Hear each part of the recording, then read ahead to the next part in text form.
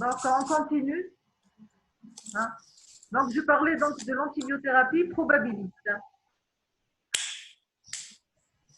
Alors, l'antibiothérapie probabiliste, il faut connaître les bactéries et les sites au niveau desquels donc agissent donc, existent donc ces bactéries. Il faut évaluer le terrain.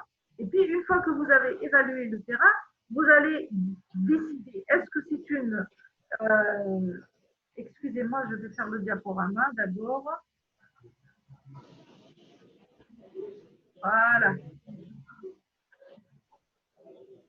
Donc, vous allez décider, est-ce que vous allez hospitaliser le malade, c'est une infection sévère, est-ce que vous allez juste traiter le malade, et ça, à ce moment-là, donc, vous allez le traiter en ambulatoire. Maintenant, si vous allez le traiter en ambulatoire, vous allez décider d'abord, est-ce que vous allez faire un prélèvement bactériologique ou bien vous n'allez pas faire de prélèvement bactériologique. Si vous allez faire donc un prélèvement bactériologique, à ce moment-là, vous allez encore prendre une autre décision. Est-ce que vous allez attendre les résultats de cette documentation bactériologique ou non? Donc, tout dépend de la situation. Si on prend les situations les plus fréquentes, si on prend par exemple la situation de l'infection urinaire.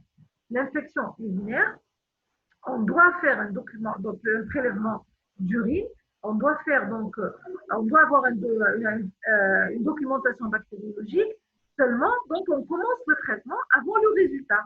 Par contre, si on prend par exemple le cas de la pneumonie, si on prend le cas de la pneumonie, juste sur un téléthorax, donc on voit que l'image correspond à une pneumopathie, on commence notre antibiothérapie.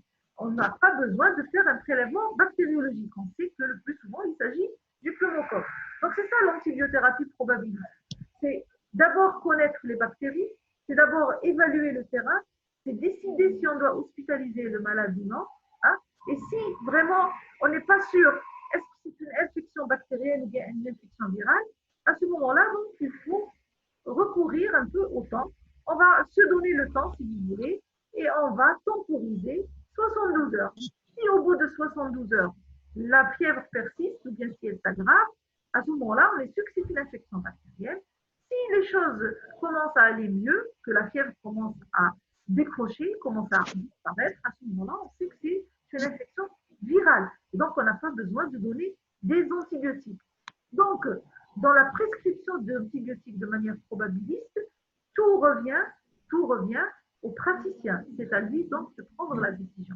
Seulement, cette décision, elle n'est pas prise de manière empirique. Je répète, elle n'est pas prise de manière empirique. Il y a des consensus et on doit suivre donc les consensus, on doit suivre les recommandations des sociétés savantes, de ce que les gens donc, qui ont fait des travaux scientifiques ont recommandé pour la prise en charge de ces patients.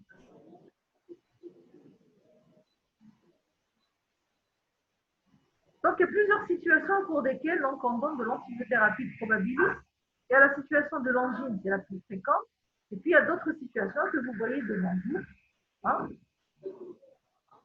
Donc, l'ORL, la situation ORL, c'est surtout l'angine, c'est l'apanage de l'enfant. Donc, on ne va pas s'attarder sur ça. Vous voyez, vous êtes donc tout est détaillé sur cette place. Les infections respiratoires. On ne va également pas s'attarder sur ça. Il faut savoir que la bronchite aiguë, elle est virale, donc on n'a pas besoin d'antibiotiques. Que la BPCO, donc, quand elle se surinfecte, on a besoin d'antibiotiques. Et voici la liste des antibiotiques nécessaires.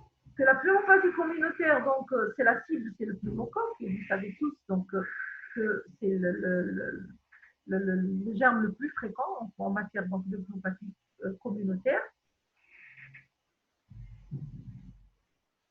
Il y a aussi les infections cutanées. Alors, toute plaie n'a pas besoin d'antibiotiques. On fait juste des traitements locaux. Et maintenant, en fonction donc, de la situation, si c'est une plaie infectée, à ce moment-là, donc, on peut donner des antibiotiques. Il y a le cas de l'érysipèle. La cible, donc, c'est le streptocoque. Et vous savez que le traitement, c'est d'abord l'amoxicilline. Si donc, cette érysipèle est grave, on hospitalise le malade et on donne des perfusions de pénicilline G. Donc environ donc, 10 millions sur les 24 heures, hein, ou bien donc on donne des antibiotiques plus forts, qui est donc la pustacine. Il y a d'autres situations donc d'infection, les furoncles, les surinfections des dermatoses dans la cime, donc c'est le staphylocoque, etc. Alors, cette situation, elle est fréquente également, les infections gynécologiques. Hein. La salpingite aiguë, donc c'est le germe, c'est la chlamydia, le gonocoque, les BGN et les anaérobies. Le diagnostic, il est clinique. Et donc, on n'a pas besoin de prélèvement bactériologique. Et l'antibiothérapie, elle est urgente. Parce que si on ne donne pas d'antibiothérapie, il y a risque de séquelles. Hein. Et là, vous avez les schémas thérapeutiques. Les infections digestives, donc la diarrhée toute simple, ce n'est pas une indication pour ce n'est pas une indication pour le traitement antibiotique. Donc, voici les situations des infections digestives qui ont besoin d'un traitement antibiotique.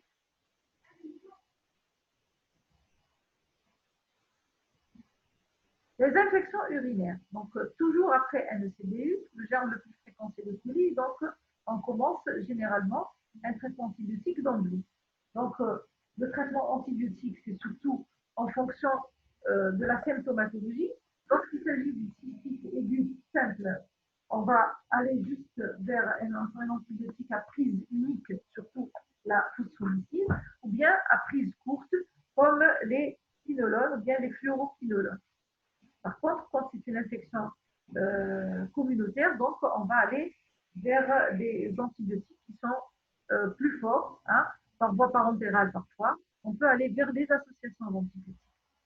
Et quand c'est une PNA, lorsqu'elle est simple, donc c'est un traitement juste donc, en monothérapie, quand elle est compliquée, il faut l'associer à un amine.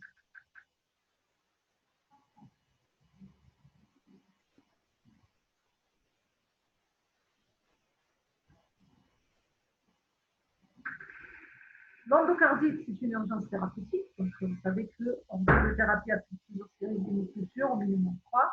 C'est toujours une association d'antibiotiques. Donc, vous voyez ici.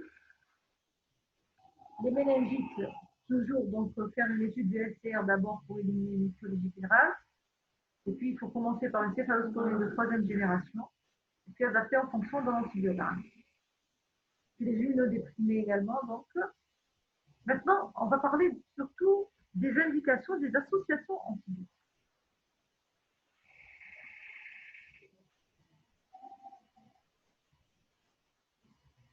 On va surtout donc parler des associations antibiotiques. Hein, et quel est l'avantage des associations antibiotiques? Alors, je m'excuse, je vais juste arrêter quelques minutes.